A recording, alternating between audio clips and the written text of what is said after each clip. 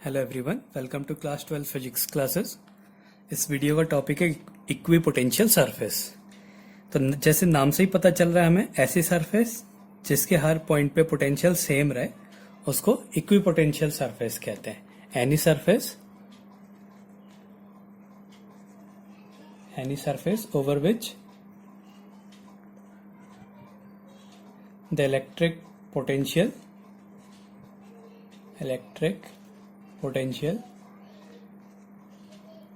any surface over which the electric potential is same everywhere.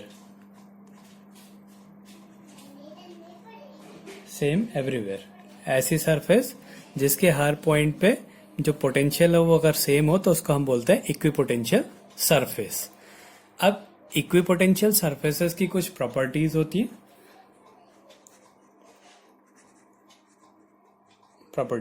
इसकी कुछ properties होती हैं। पहला है, no work is done in moving a charge between any two points on an equipotential surface.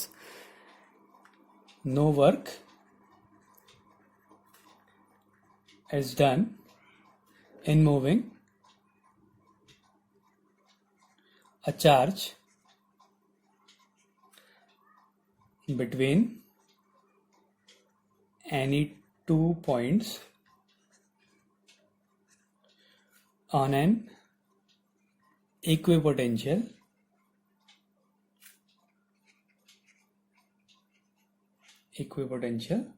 surface।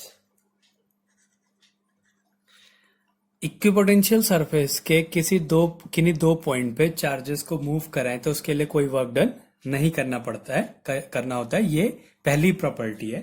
अब इसको कैसे explain करेंगे? हमें पता है कि जो पोटेंशियल डिफरेंस होता है VA माइनस VB, वो होता है work done to bring a unit positive charge from one point to another point. तो दो पॉइंट पे हमें work done WBA upon Q0, ये पोटेंशियल है, पोटेंशियल डिफरेंस है। इसको हम ऐसे डिफाइन करते हैं। अब अगर सरफेस इक्विपोटेंशियल है तो उसी पोटेंशियल के दो पॉइंट, माना किसी सरफेस के ये दो पॉइंट है, इक्विपोटेंशियल सरफेस के दो पॉइंट है, तो for equipotential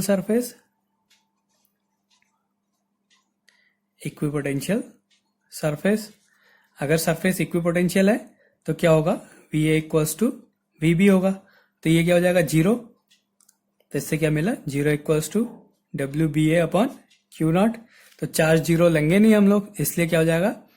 WBA equals to 0। तो अगर जो सरफेस है वो इक्विपोटेंशियल सरफेस है तो उसमें एक पॉइंट से दूसरे पॉइंट पे चार्ज को ले जाने में कोई वर्क नहीं करना पड़ता है। ये इसकी पहली प्रॉपर्टी है। दूसरी प्रॉपर्टी है, the electric field and hence line of forces are everywhere at right angles to the equipotential surface. जो इलेक्ट्रिक फील्ड होता है वो हमेशा इक्विपोटेंशियल सरफेस के परपेंडिकुलर होता है। The electric field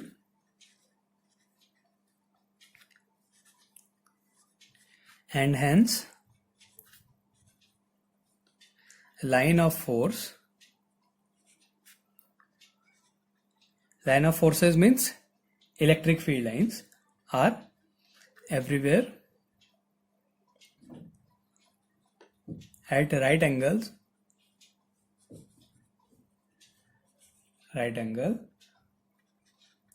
to the equipotential surface।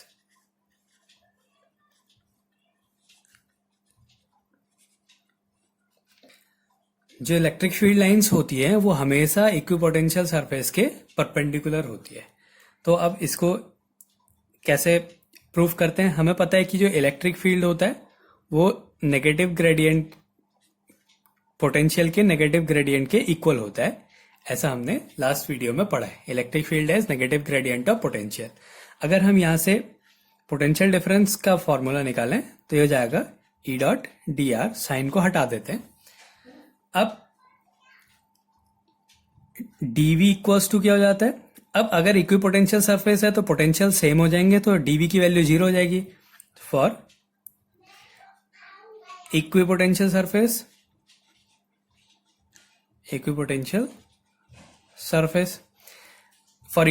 Surfaces potential will be same.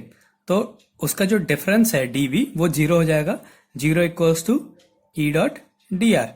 अगर दो वेक्टर्स का डॉट प्रोडक्ट जीरो है तो उसका मतलब वो दोनों एक दूसरे के परपेंडिकुलर हैं। तो इसका मतलब हो गया कि जो इलेक्ट्रिक फील्ड है वो उस सरफेस के किसी भी डिस्टेंस के परपेंडिकुलर होगा। तो ये इसकी दूसरी प्रॉपर्टी है।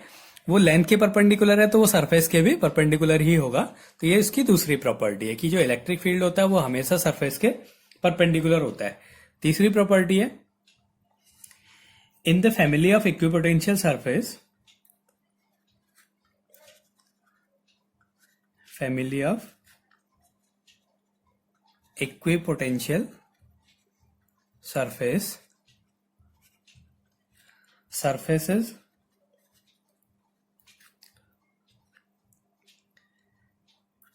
are closer together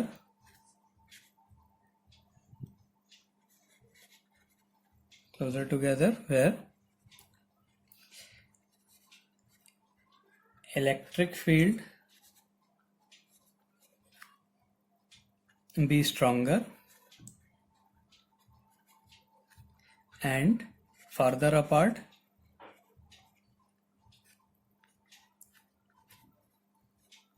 where field is weak.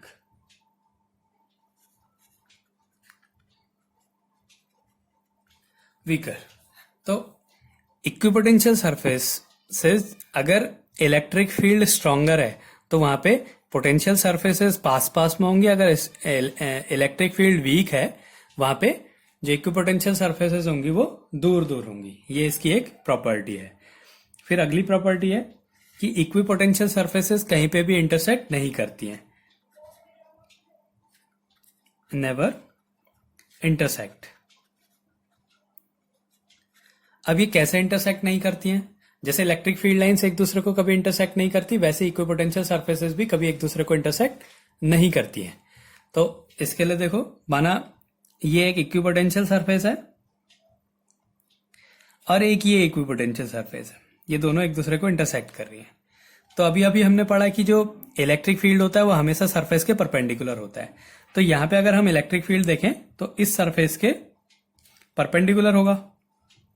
माना ये ए है, ये बी है, तो ये हो गया ई ए। और इस सरफेस पे अगर हम परपेंडिकुलर ड्रॉ करें तो वो ऐसे हो गया, ये ई बी हो गया। तो एक ही पॉइंट पे इलेक्ट्रिक फील्ड की दो डायरेक्शन है जो कि पॉसिबल नहीं है, इसलिए इलेक्ट्रिक जो इक्विपोटेंशियल सरफेसेस हैं वो एक दूसरे को कभी इंटरसेक्ट नहीं करती हैं।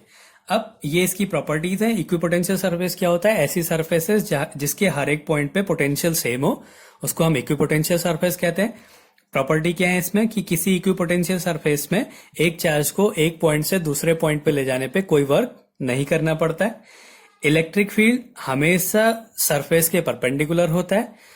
जहां पे इलेक्ट्रिक फील्ड स्ट्रांग होगा वहां पे पोटेंशियल सरफेसेस पास पास होती हैं, और जहां पे इलेक्ट्रिक फील्ड कमजोर होगा वहां पे पोटेंशियल सरफेसेस दूर दूर होती हैं, और इक्विपोटेंशियल सरफेसेस कभी एक दूसरे को इंटरसेक्ट नहीं करती हैं।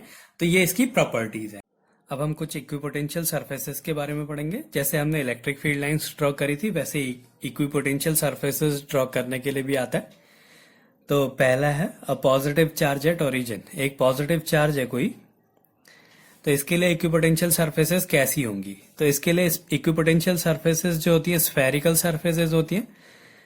जब हम इसके पास होंगे चार्ज के तो इलेक्ट्रिक फील्ड स्ट्रांग होगा, तो पोटेंशियल सरफेसेस पास पास होंगी।